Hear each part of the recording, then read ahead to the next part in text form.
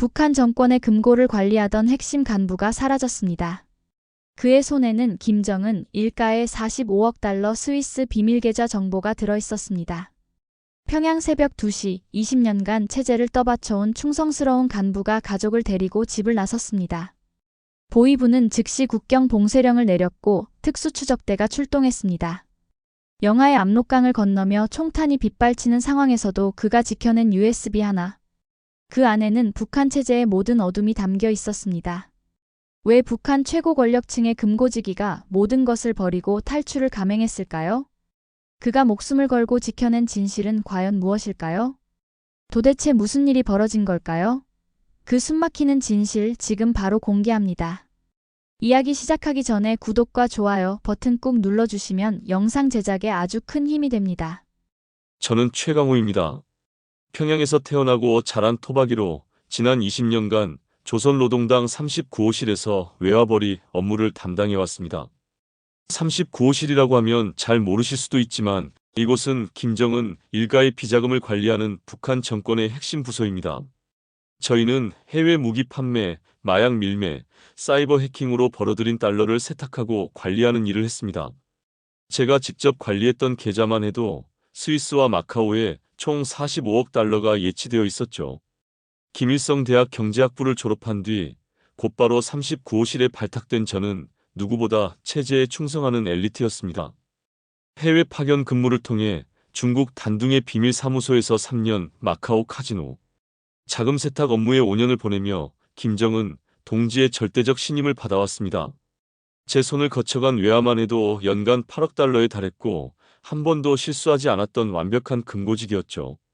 동료들은 저를 달러 마술사라고 불렀고 상급자들은 제게 당의 보검이라는 별명을 주었습니다. 그날 새벽까지만 해도 저는 체제에 충실한 일꾼이었습니다. 김정은 동지를 위해서라면 목숨도 바칠 각오가 되어 있는 혁명전사였죠. 하지만 그날 밤 제게 온 한 통의 전화가 모든 것을 바꿔놓았습니다. 보위부 간부의 차가운 목소리가 들려왔습니다. 동지, 내일 아침 8시에 본부로 출두하시오. 해외 자금 관리건으로 조사받을 일이 있습니다. 전화를 끊는 순간 온몸에 소름이 돋았습니다. 이런 호출은 보통 돌아올 수 없는 길을 의미했거든요. 사실 며칠 전부터 불길한 기운을 감지하고 있었습니다. 해외 무기 거래에서 300만 달러가 누락되는 사건이 발생했는데 그 책임을 제게 돌리려는 움직임이 있었거든요. 하지만 저는 결백했습니다. 오히려 그 돈은 상부의 특별 지시로 다른 용도로 사용된 것이었는데 갑자기 모든 책임을 저 혼자 떠안게 된 상황이었습니다. 김정은 동지의 신임을 받아온 제가 이런 누명을 쓰게 될 줄은 꿈에도 몰랐습니다. 더욱 충격적인 것은 저와 함께 일했던 동료 박철수가 벌써 3일째 연락이 되지 않는다는 소식이었습니다. 그는 분명 어디론가 끌려간 것이었죠. 그 순간 아내와 두 아이의 얼굴이 떠올랐습니다. 만약 제가 정치범수용소에 끌려간다면 가족들도 3대가 멸족당하는 것이 북한의 법이었습니다. 12살 딸 송이와 9살 아들 민수가 죄도 없이 지옥 같은 곳에서 죽어갈 모습을 상상하니 가슴이 미어졌습니다. 아내 정희는 평양의료대학을 나온 의사로 환자들의 존경을 받는 사람이었는데 제 때문에 모든 것을 잃게 될 수는 없었습니다. 저는 책상 서랍 깊숙이 숨겨둔 USB를 꺼냈습니다. 그 안에는 지난 10년간 제가 기록해온 39호실의 모든 비밀거래 내역이 들어있었습니다. 김정은 일가의 해외 계좌 정보, 무기 밀매 거래처 명단, 마약 유통망 구조까지 북한 정권의 가장 어두운 비밀들이 고스란히 담겨 있었죠. 특히 김정은의 장남을 위해 스위스에 개설된 비밀, 교육기금 계좌와 김여정의 명품 구매를 위한 파리은행 계좌 정보는 그 누구도 모르는 극비 사항이었습니다. 처음에는 혹시 모를 상황에 대비해 만든 보험이었습니다. 하지만 이제 그것이 가족을 살릴 수 있는 유일한 수단이 되었습니다. 저는 떨리는 손으로 아내를 깨웠습니다. 여보, 지금 당장 아이들과 함께 짐을 싸야 해. 우리는 이곳을 떠나야 해. 아내는 제 표정을 보더니 더 이상 묻지 않았습니다. 그 대신 눈물을 글썽이며 아이들을 깨우기 시작했죠. 엄마, 왜 이렇게 일찍? 송이가 잠결에 물었지만 저희는 대답할 시간이 없었습니다. 새벽 2시 30분, 저희 가족은 20년간 살아온 집을 나섰습니다. 뒤돌아보니 창문마다 불이 꺼진 채 조용히 서 있는 우리 집이 보였습니다. 거실 벽에 걸린 김일성 김정일 초상화가 어둠 속에서도 저희를 내려다보는 것 같았습니다. 그 순간 가슴 한편이 무너져 내리는 것 같았지만 뒤돌아설 수는 없었습니다. 제 주머니 속 USB는 북한 정권을 뒤흔들 수 있는 폭탄과 같았고 저희는 이제 그 폭탄을 안고 목숨을 건 도주를 시작해야 했습니다. 과연 평양을 벗어날 수 있을까요? 그리고 이 USB의 비밀이 세상에 알려진다면 어떤 일이 벌어질까요? 아침이 되자 저의 예감이 현실이 되었습니다. 평양 시내 곳곳에 검문소가 설치되고 보위부 요원들이 3355 거리를 순찰하고 있었습니다. 저는 가족과 함께 시외버스 터미널로 향했지만 그곳 역시 평소보다 훨씬 삼엄한 분위기였습니다. 제복을 입은 보안원들이 승객들의 신분증을 일일이 검사하고 있었고 특히 39호실 관련자들을 색출하려는 움직임이 뚜렷했습니다. 그때 옆에서 들린 대화가 제 등골을 서늘하게 만들었습니다. 최강호 동지를 찾고 있다던데 도대체 무슨 일이야? 들리는 소문으로는 해외 자금을 횡령했다는군. 김정은 동지께서 직접 처형 명령을 내렸다고 해. 저는 아내의 손을 꽉 잡았습니다. 이미 제가 도망쳤다는 사실이 발각된 것이었죠. 평양을 벗어나는 것은 불가능해 보였습니다. 하지만 포기할 수는 없었습니다. 저는 과거 마카오에서 일할 때 알게 된 중국계 브로커를 떠올렸습니다. 그는 북중 국경에서 밀무역을 하는 사람으로 위급할 때 도움을 청할 수 있다고 했었죠. 저는 공중전화에서 그에게 연락을 시도했습니다. 친구, 지금 매우 위험한 상황이야. 나와 가족을 도와줄 수 있겠나? 그의 목소리는 긴장되어 있었습니다. 강호, 이미 내 소문이 여기까지 들렸어. 보위부에서 모든 루트를 감시하고 있다고. 절망적인 상황에서 한 가지 희망이 생겼습니다. 브로커가 알려준 비밀 경로였죠. 평안북도 신의주 근처에 버려진 탄광이 하나 있어. 거기서 압록강까지 연결된 지하 통로가 있다고 들었어. 하지만 매우 위험하고 성공 확률도 30%밖에 안 돼. 저는 주저하지 않았습니다. 30%라도 기회가 있다면 잡아야 했습니다. 그날 밤 저희는 화물차에 몸을 숨기고 평양을 떠났습니다. 트럭 기사는 제가 39호실에서 일할 때 도와준 적이 있는 사람으로 위험을 무릅쓰고 저희를 실어주었습니다. 동지, 정말 마지막이야. 이번 일로 나도 위험해질 수 있어. 그의 떨리는 목소리에서 두려움이 느껴졌지만 그래도 끝까지 의리를 지켜준 것에 감사했습니다. 평안북도로 향하는 길은 지옥 같았습니다. 곳곳에 설치된 검문소를 피해 산길로 우회하고 때로는 차에서 내려 도보로 이동해야 했습니다. 아이들은 배가 고프다고 울었지만 저희에게는 멈출 시간이 없었습니다. 뒤에서는 보위부의 추격이 계속되고 있었고 앞에서는 불확실한 미래가 기다리고 있었습니다. 드디어 신의주 근처 패탄광에 도착했을 때는 이미 새벽이었습니다. 캄캄한 갱도 입구를 바라보며 저는 USB를 다시 한번 확인했습니다. 이 작은 기계 안에 김정은 체제의 모든 비밀이 담겨 있었습니다. 만약 이것이 세상에 공개된다면 북한 정권은 큰 타격을 받을 것이었습니다. 하지만 그보다 중요한 것은 가족의 안전이었죠. 갱도는 생각보다 복잡했습니다. 여러 갈래로 나뉘어 있었고 어느 길이 압록강으로 연결되는지 알 수 없었습니다. 다행히 벽면에 누군가 새겨놓은 화살표가 있어서 그것을 따라갔습니다. 아마도 저희 전에 이 길을 이용한 탈북자들이 남긴 표시인 것 같았습니다. 그들도 자유를 찾아 이 위험한 길을 택했겠죠. 몇 시간을 걸었을까요? 갑자기 멀리서 물소리가 들렸습니다. 압록강이었습니다. 하지만 동시에 뒤에서 개 짖는 소리와 사람들의 고함 소리가 들려왔습니다. 보위부 추격대가 저희를 따라온 것이었습니다. 이제 정말 마지막 선택의 순간이 다가왔습니다. 강을 건너면 중국 땅이지만 그 전에 잡히면 모든 것이 끝이었습니다. 압록강 앞에 서서 저는 지난 20년을 돌이켜보았습니다. 김일성 종합대학에서 경제학을 공부하던 시절 저는 정말 순수했습니다. 조선민주주의인민공화국을 세계 최강국으로 만들겠다는 꿈에 부풀어 있었죠. 39호실에 배정받았을 때도 영광스러웠습니다. 당과 수령님을 위해 일할 수 있다는 것이 자랑스러웠거든요. 처음 맡은 업무는 단순해 보였습니다. 해외에서 들어온 달러를 정리하고 관리하는 일이었죠. 하지만 시간이 지나면서 그 돈들의 출처가 점점 의심스러워졌습니다. 마약 판매 수익, 위조 지폐 제조 이익, 사이버 해킹으로 훔친 자금들이 끊임없이 들어왔습니다. 처음에는 이것도 조국을 위한 일이라고 자유했습니다. 미제국주의자들과 맞서 싸우기 위해서는 어쩔 수 없는 선택이라고 생각했죠. 하지만 마카오 파견 근무를 하면서 모든 것이 바뀌었습니다. 카지노에서 자금 세탁을 하는 과정에서 저는 충격적인 사실을 알게 되었습니다. 북한 주민들이 굶어 죽어가는 동안 김정은 일가는 해외에서 천문학적인 돈을 낭비하고 있었던 것입니다. 김정은의 개인 계좌에는 12억 달러가 있었고 그의 여동생 김여정은 한 달에 명품 구매만으로 50만 달러를 썼습니다. 그때 만난 한 탈북자의 이야기는 제 가슴을 찢어 놓았습니다. 제 어머니는 옥수수죽도 제대로 먹지 못해 굶어 죽었습니다. 그런데 텔레비전에서는 김정은이 외국산 치즈를 실컷 먹는 모습을 보여주더군요. 그 순간 저는 제가 무엇을 하고 있는지 깨달았습니다. 저는 독재자의 사치를 위해 주민들의 고열을 짜내는 일을 하고 있었던 것입니다. 그래서 USB에 모든 것을 기록하기 시작했습니다. 처음에는 단순한 폭수심이었습니다. 언젠가 이들의 비리를 폭로해서 정의를 실현하고 싶었죠.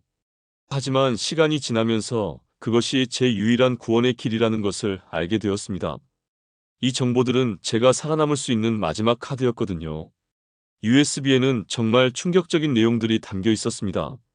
김정은이 스위스에 숨겨둔 45억 달러의 비밀 계좌, 전 세계 23개국에 퍼져 있는 북한의 불법 자금 네트워크, 그리고 가장 충격적인 것은 핵무기 개발 자금의 70%가 주민들에게서 착취한 돈이라는 사실이었습니다. 제가 관리했던 돈만으로도 평양 시민 전체가 1년간 먹고 살 수 있는 금액이었죠. 더욱 역겨운 것은 김정은 일가의 사치였습니다. 김정은은 스위스 시계 수집에만 연간 200만 달러를 썼고 김여정은 파리에서 한 번 쇼핑할 때마다 평균 30만 달러를 사용했습니다. 반면 같은 시기 함경북도에서는 1만 명이 넘는 주민들이 영양실조로 죽어갔습니다. 저는 그 돈을 세탁하면서도 아무 죄책감을 느끼지 못했던 제 자신이 혐오스러웠습니다. 가장 참기 어려웠던 것은 아이들을 볼 때였습니다. 제 딸 송이와 아들 민수를 보면서 이 아이들도 언젠가는 이 더러운 체제의 희생양이 될 것인가라는 생각이 들었습니다. 북한에서 태어난 것만으로도 그들의 미래는 이미 정해져 있었죠. 김정은의 노예가 되어 평생을 살아가거나 반항하다가 정치범수용소에서 죽임을 당하거나 그날 밤 압록강에서 저는 마지막 결심을 했습니다. 더 이상 이 체제에 복무할 수 없다는 것을요. 제가 가진 정보를 세상에 알려서 적어도 한 명의 북한 주민이라도 더 구해야겠다고 생각했습니다. 비록 제가 그들을 억압하는 데 일조했지만 이제라도 진실을 말해야 한다고 다짐했죠. 뒤에서 들려오는 추격대의 소리가 점점 가까워졌습니다. 개들의 짖는 소리와 최강호를 잡아라는 고함이 갱도 안에 메아리 쳤습니다. 아내가 제 팔을 꽉 잡았습니다. 여보, 정말 괜찮을까요? 저는 USB를 다시 한번 만져보며 대답했습니다. 우리는 돈을 위해 사는 게 아니야. 아이들의 미래를 위해 사는 거란다. 이제 정말 생과 사의 기로에 선 것이었습니다. 압록강 건너편 중국 땅이 희미하게 보이는 순간 저는 다시 한번 USB 안에 담긴 내용들을 떠올렸습니다. 그 작은 기계 안에는 북한 체제의 가장 어두운 비밀들이 고스란히 들어있었거든요. 만약 이것이 세상에 공개된다면 김정은 정권은 치명적인 타격을 받을 것이었습니다. 가장 충격적인 내용은 김정은 일가의 해외 은닉 자산 목록이었습니다. 스위스 UBS 은행에 45억 달러, 싱가포르 DBS 은행에 23억 달러, 룩셈부르크 BGL 은행에 18억 달러가 예치되어 있었죠. 총 86억 달러에 달하는 천문학적인 금액이었습니다. 이 돈만으로도 북한 전체 주민들이 5년간 굶주림 없이 살 수 있는 금액이었거든요. 더욱 놀라운 것은 이 돈들의 출처였습니다. 북한 주민들에게서 강제로 징수한 충성의 쌀, 해외 파견 노동자들의 임금 착취, 마약 제조 및 판매 수익, 사이버 해킹으로 훔친 자금까지 온갖 불법적인 방법으로 모은 돈들이었습니다. 특히 충격적이었던 것은 함경북도 청진 지역의 탄광 노동자들이 하루 16시간씩 일해서 번 돈이 김정은의 명품 구매 자금으로 사용되고 있다는 사실이었죠. USB에는 39호실의 전 세계 불법 네트워크 구조도 상세히 기록되어 있었습니다. 중국 단둥의 대려 무역회사, 마카오의 대풍은행, 말레이시아의 글로리아 무역, 러시아 극동 지역의 라진선 봉개발회사까지 총 23개국 147개 위장회사들이 거미줄처럼 연결되어 있었습니다. 이들 회사를 통해 연간 12억 달러가 넘는 자금이 세탁되고 있었죠. 가장 역겨웠던 것은 김정은 개인의 사치 내역이었습니다. 스위스 파텍 필립 시계 컬렉션에 연간 300만 달러, 프랑스 와인 구매에 150만 달러, 독일 벤츠와 BMW 특별 주문에 500만 달러를 쓰고 있었습니다. 한 번의 생일 파티에만 200만 달러를 썼는데 이는 북한 농민 2,000명이 1년간 벌 수 있는 돈이었습니다. 김여정의 쇼핑 내역도 충격적이었습니다.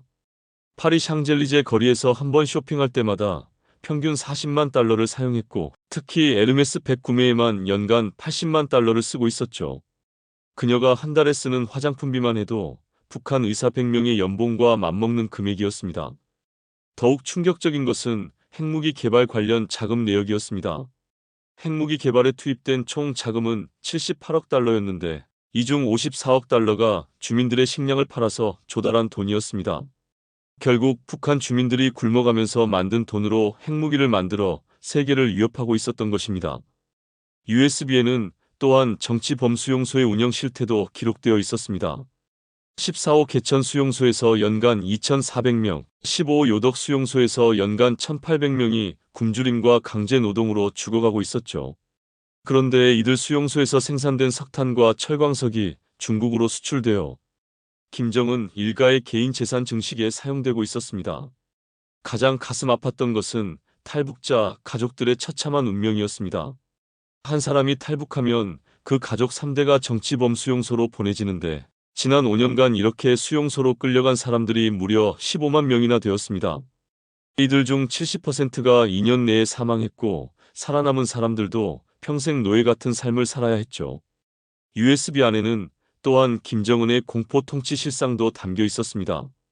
지난 3년간 처형된 고위 간부만 해도 47명이었고 이들의 재산은 모두 김정은의 개인 계좌로 귀속되었습니다. 특히 충격적이었던 것은 김정은의 고모부인 장성택 처형 이후 그의 전 재산 23억 달러가 김정은의 스위스 계좌로 이체되었다는 사실이었습니다. 뒤에서 들려오는 추격대의 함성이 점점 커졌습니다. 최강호는 반역자다. 살아서 잡아오라. 저는 USB를 꽉 움켜쥐었습니다. 이 작은 기계 안에 담긴 진실들이 언젠가는 북한 주민들을 해방시킬 것이라고 믿었습니다.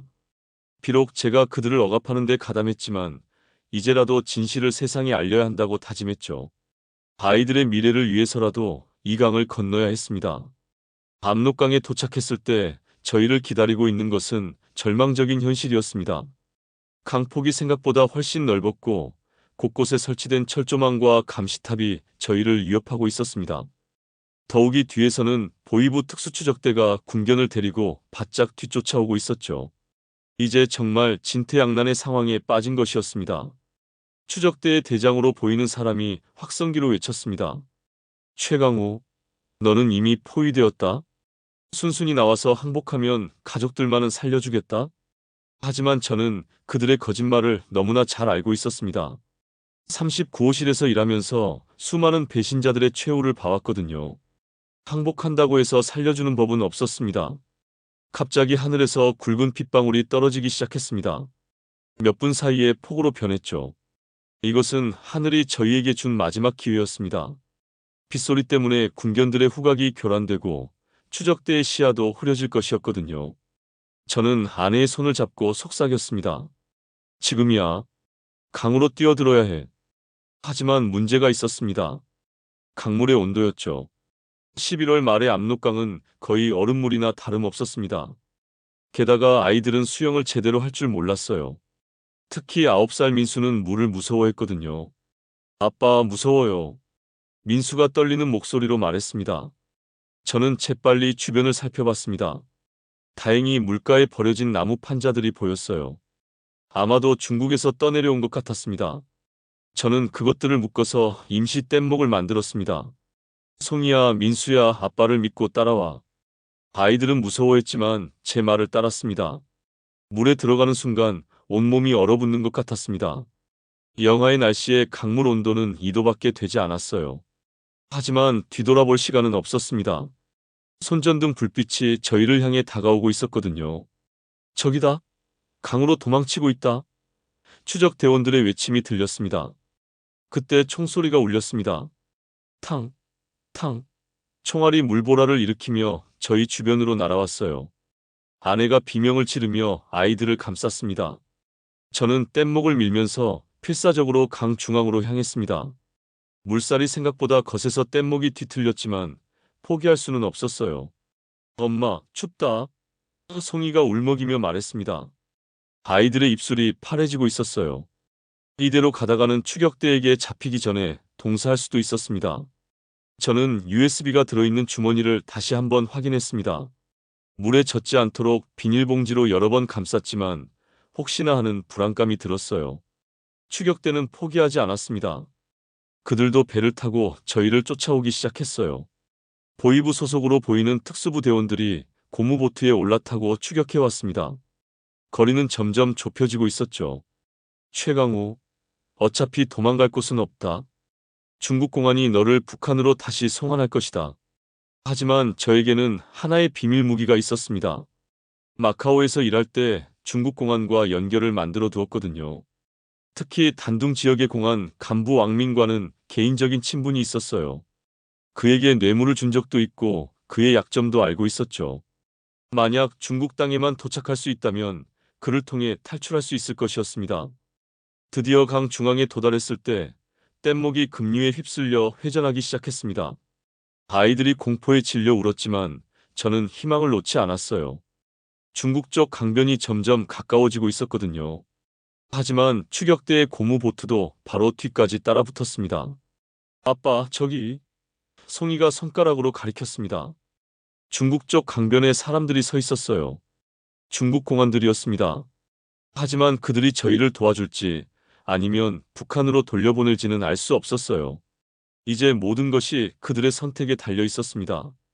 마지막 힘을 내어 뗏목을 중국 쪽 강변으로 밀어냈습니다. 북한 추격대는 국경선을 넘을 수 없어서 망설이고 있었어요. 그 순간이 저희에게는 마지막 기회였습니다. 여보, 아이들 손 놓지 마. 저는 가족들과 함께 얕은 물가로 헤엄쳐 갔습니다. 중국 땅에 발을 디딘 순간 저는 온몸이 얼어붙어 움직일 수조차 없었습니다. 하지만 마음만은 뜨거웠어요. 드디어 해냈다는 안도감과 함께 이제 진짜 싸움이 시작된다는 긴장감이 교차했습니다. 중국 공안들이 저희를 둘러쌌지만 다행히 그들 중에 왕밍의 얼굴이 보였어요. 왕밍. 저는 떨리는 목소리로 그의 이름을 불렀습니다. 그는 잠시 놀란 표정을 지었지만 곧 제가 누구인지 알아차렸어요. 최강우? 대체 무슨 일이야? 그의 표정에서 당황함이 역력했습니다. 저는 주머니에서 USB를 꺼내 보였어요. 이것 때문이야. 김정은의 모든 비밀이 들어있어. 왕밍은 잠시 고민하는 듯 했습니다. 옆에 있던 다른 공안들이 저희를 북한으로 돌려보내자고 주장했거든요. 규정상 탈북자는 송환해야 한다. 하지만 왕밍은 제가 39호실 출신이라는 것을 알고 있었어요. 그리고 제가 가진 정보의 가치도 충분히 이해하고 있었죠. 잠깐만. 왕밍이 다른 공안들을 제지했습니다. 그리고 저에게 다가와 속삭였어요. 정말 김정은의 비밀 계좌 정보가 있나? 저는 고개를 끄덕였습니다. 45억 달러, 23개국 147개 위장회사, 모든 것이 다 있어. 왕밍의 눈이 번뜩였어요. 그도 이 정보의 엄청난 가치를 알아차린 것이었습니다. 그때 북한 쪽에서 확성기 소리가 들려왔습니다. 중국 동지들, 조선민주주의인민공화국의 반역자를 즉시 송환해달라. 추격대 대장이 국경선 너머에서 소리치고 있었어요. 상황은 점점 복잡해지고 있었습니다. 중국 정부로서도 북한과의 관계를 고려해야 했거든요. 하지만 왕밍은 결단을 내렸습니다. 우리 차로 가자. 빨리. 그는 저희 가족을 경찰차에 태우고 국경지대를 벗어났어요. 차 안에서 저는 그에게 상황을 설명했습니다. 이 정보는 단순히 북한의 비밀이 아니야. 전 세계 금융 시스템을 위협하는 불법 자금의 실체야. 왕밍도 점점 심각한 표정이 되었어요. 단둥 시내의 한 안전가옥에 도착한 후 저는 왕밍에게 USB의 일부 내용을 보여주었습니다. 화면에 나타난 것은 김정은의 스위스 UBS 은행 계좌 명세서였어요. 45억 달러라는 천문학적인 숫자를 본 왕밍이 입을 다물지 못했습니다. 이게 정말 진짜야? 모든 거래 내역과 암호까지 다 있어. 이것만으로도 김정은 정권을 무너뜨릴 수 있어. 왕밍은 즉시 베이징의 상급 기관에 보고했습니다. 몇 시간 후 중국 국가안전부에서 고위 간부들이 단둥으로 내려왔어요. 그들은 USB의 내용을 검토한 후 깜짝 놀랐습니다. 이것은 우리가 그동안 찾던 북한의 불법 자금 네트워크 전체야. 중국 정부도 북한의 불법 자금 세탁이 중국 금융 시스템을 오염시키고 있다는 것을 우려하고 있었거든요. 특히 충격적이었던 것은 북한이 중국의 은행들을 이용해 불법 자금을 세탁하고 있다는 증거였습니다. 중국은행, 공상은행, 건설은행 등 주요 은행들의 김정은 측근들의 위장 계좌가 수백 개씩 개설되어 있었어요. 총 금액만 해도 23억 달러에 달했죠. 이것이 공개되면 중국 정부도 국제적으로 큰 곤란을 겪을 수 있었습니다. 그래서 중국 당국은 저희를 보호하기로 결정했어요. 하지만 조건이 있었습니다. 한국이나 미국으로 가기 전에 중국과 관련된 모든 정보를 먼저 정리해달라. 저는 기꺼이 협조했습니다. 중국의 도움 없이는 북한을 벗어날 수 없었거든요. 며칠 후 중국 당국은 저희에게 새로운 신분증을 만들어 주었습니다. 그리고 한국행 계획을 세워 주었어요. 하지만 그 과정에서 또 다른 위험이 기다리고 있었습니다. 북한의 중국 내 공작원들이 저희를 찾고 있다는 정보가 들어온 것이었어요. 압록강을 건넜다고 해서 모든 것이 끝난 것은 아니었습니다. 베이징으로 가는 기차에서 저는 창밖을 바라보며 생각했습니다. 지금까지는 살아남기 위한 도주였다면 이제부터는 진실을 알리기 위한 여행이 될 것이었어요. USB 안의 정보들이 세상에 공개되면 수많은 북한 주민들의 고통이 줄어들 수 있을 것이었습니다. 비록 늦었지만 이제라도 제가 할 수 있는 일을 해야겠다고 다짐했습니다. 베이징에 도착한 후 저희는 한국 대사관으로 향했습니다. 하지만 그 길은 예상보다 훨씬 험난했어요. 북한의 중국 내 공작망이 저희를 추적하고 있었거든요. 중국 당국의 보호를 받고 있었지만 완전히 안전한 것은 아니었습니다. 한국 대사관에 도착했을 때 경비원들이 저희를 의심스러운 눈으로 바라봤어요. 39호실 출신이라고 하자 더욱 경계했죠. 정말 탈북자 맞나요? 혹시 북한에서 보낸 스파이 아닌가요? 하지만 저는 USB를 보여주며 설득했습니다. 이것을 보시면 제가 누구인지 알 수 있을 거예요. 영사부 직원이 USB의 내용을 확인한 후 얼굴이 순식간에 굳어졌습니다. 이것은 정말 대단한 정보네요. 즉시 서울에 보고하겠습니다. 몇 시간 후 한국 국정원에서 특별팀이 파견되었어요. 그들은 USB의 진위를 철저히 검증했고 그 가치를 확인한 후 깜짝 놀랐습니다. 최 선생님, 이 정보는 국제적으로 엄청난 파장을 일으킬 수 있습니다. 국정원 팀장이 진지한 표정으로 말했어요. 하지만 그만큼 위험도 클 것입니다. 북한에서는 끝까지 당신을 추적할 것이고 다른 나라들도 이 정보에 관심을 가질 것입니다. 그래서 저희는 특별 보호 프로그램에 들어가게 되었습니다. 먼저 중국에서 제3국을 거쳐 한국으로 입국하는 복잡한 경로를 택했어요. 태국 방콕을 경유해서 인천공항으로 들어오는 계획이었죠. 하지만 그 과정에서도 북한의 추격은 계속되었습니다. 방콕 공항에서 환승하는 동안 수상한 동양인 남성들이 저희를 미행하는 것을 발견했어요. 아마도 북한 공작원들인 것 같았습니다. 한국 정보요원들이 즉시 대응했지만 긴장감은 최고조에 달했어요. 아빠, 저 사람들이 우리를 계속 쳐다봐요. 송이가 불안해하며 말했습니다. 다행히 태국 당국의 협조로 안전하게 한국행 비행기에 탈 수 있었습니다. 인천공항에 도착했을 때 저는 마침내 자유의 땅에 발을 디뎠다는 안도감이 들었어요. 하지만 동시에 새로운 책임감도 느꼈습니다. 이제 USB 안의 정보를 어떻게 활용할 것인지 결정해야 했거든요. 한국 정부는 저희를 국가정보원 산하의 특별보호시설에 수용했습니다.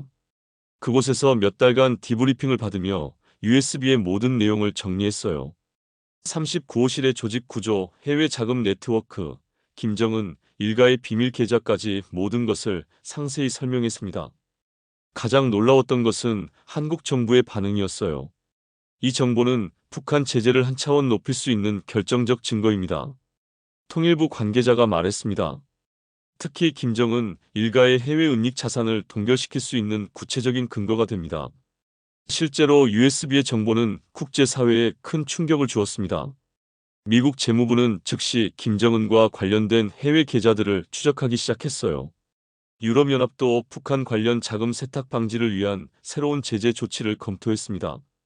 일본도 북한의 불법 자금 네트워크 차단을 위한 독자적인 조치를 발표했죠. 가장 큰 변화는 중국이었습니다. 중국 정부는 USB에서 드러난 북한의 중국 내 불법 활동에 대해 강력한 조치를 취했어요. 147개 위장회사 중 89개가 폐쇄되었고 관련 은행 계좌들도 동결되었습니다. 이로 인해 북한의 외화 수입이 연간 8억 달러가 줄어들었어요. 러시아도 예외는 아니었습니다. 극동 지역의 북한 관련 불법 업체들이 대거 적발되어 폐쇄되었고 북한 노동자들의 임금 착취 구조도 공개되었어요. 국제사회가 북한의 실체를 정확히 파악하게 된 것이었습니다. 하지만 북한의 보복도 만만치 않았습니다. 평양에서는 저를 민족 반역자, 제국주의 앞잡이로 규정하고 공개 처형령을 내렸어요. 제 가족들도 모두 정치 범수용소로 보내졌다는 소식이 들려왔습니다. 마음이 아팠지만 이미 돌아갈 수 없는 강을 건넌 것이었어요. 더 중요한 것은 USB의 정보가 북한 주민들에게도 전해지기 시작했다는 것이었습니다. 대북 방송을 통해 김정은 일가의 사치와 부패가 알려지면서 북한 내부에서도 동요가 일기 시작했어요. 비록 작은 변화였지만 희망의 씨앗이 뿌려진 것이었습니다. 한국에 정착한 지 1년이 지난 지금 저는 국정원과 협력하여 북한의 불법 자금 네트워크를 추적하는 일을 하고 있습니다. USB에 담긴 정보는 현재도 계속해서 국제사회의 대북 제재 강화에 활용되고 있어요. 매일 새로운 북한 관련 불법 계좌들이 발견되고 동결되고 있습니다. 가장 뿌듯한 성과는 김정은 일가의 해외 은닉 자산 45억 달러 중 23억 달러가 동결되었다는 것입니다. 미국, 유럽, 아시아 주요국들의 공조로 김정은의 개인 계좌들이 하나씩 차단되고 있어요. 이로 인해 북한 정권의 자금 조달 능력이 크게 약화되었습니다. 더욱 의미 있는 변화는 북한 내부에서 일어나고 있습니다. 대북 방송을 통해 전해진 39호실의 실상이 북한 주민들 사이에서 화제가 되고 있다고 해요. 김정은이 우리가 굶는 동안 해외에서 수십억 달러를 낭비하고 있었다는 사실이 알려지면서 주민들의 정권에 대한 불신이 커지고 있습니다. 특히 젊은 세대들 사이에서 변화가 두드러집니다. 중국에서 밀수된 USB나 SD카드를 통해 외부 정보를 접하는 젊은이들이 늘어나고 있어요. 이들은 김정은 정권의 거짓말을 점점 의심하기 시작했습니다. 비록 표면적으로는 드러나지 않지만 내부적으로는 큰 변화가 일어나고 있는 것이죠. 한국 정부는 제가 제공한 정보를 바탕으로 대북 정책을 새롭게 수립하고 있습니다. 특히 북한의 외화벌이 구조를 정확히 파악하게 되어 더욱 효과적인 제재 방안을 마련할 수 있게 되었어요. 통일부 관계자는 최강호 씨의 정보가 대북 정책의 패러다임을 바꿔놓았다고 평가했습니다. 국제사회의 반응도 놀라웠습니다. 유엔 안보리는 북한의 불법 자금 네트워크에 대한 새로운 제재 결의안을 채택했어요. 특히 김정은 일가의 개인 자산에 대한 직접적인 제재가 포함된 것은 처음이었습니다. 이는 모두 USB에 담긴 구체적인 증거들 덕분이었죠. 미국 재무부는 저를 금융테러와의 전쟁에서 핵심 정보 제공자로 인정했습니다. 국무부에서도 북한 인권 개선을 위한 특별 프로그램에 저를 참여시키고 있어요. 유럽의 여러 인권 단체들도 강연 요청을 해오고 있습니다. 하지만 무엇보다 중요한 것은 가족의 안전과 행복입니다. 송이는 이제 한국의 중학교에 다니며 꿈을 키우고 있어요.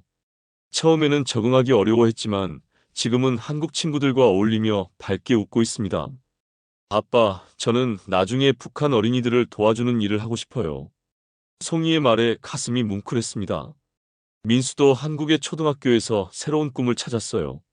아빠, 저는 컴퓨터 전문가가 되어서 북한의 나쁜 해커들을 막고 싶어요.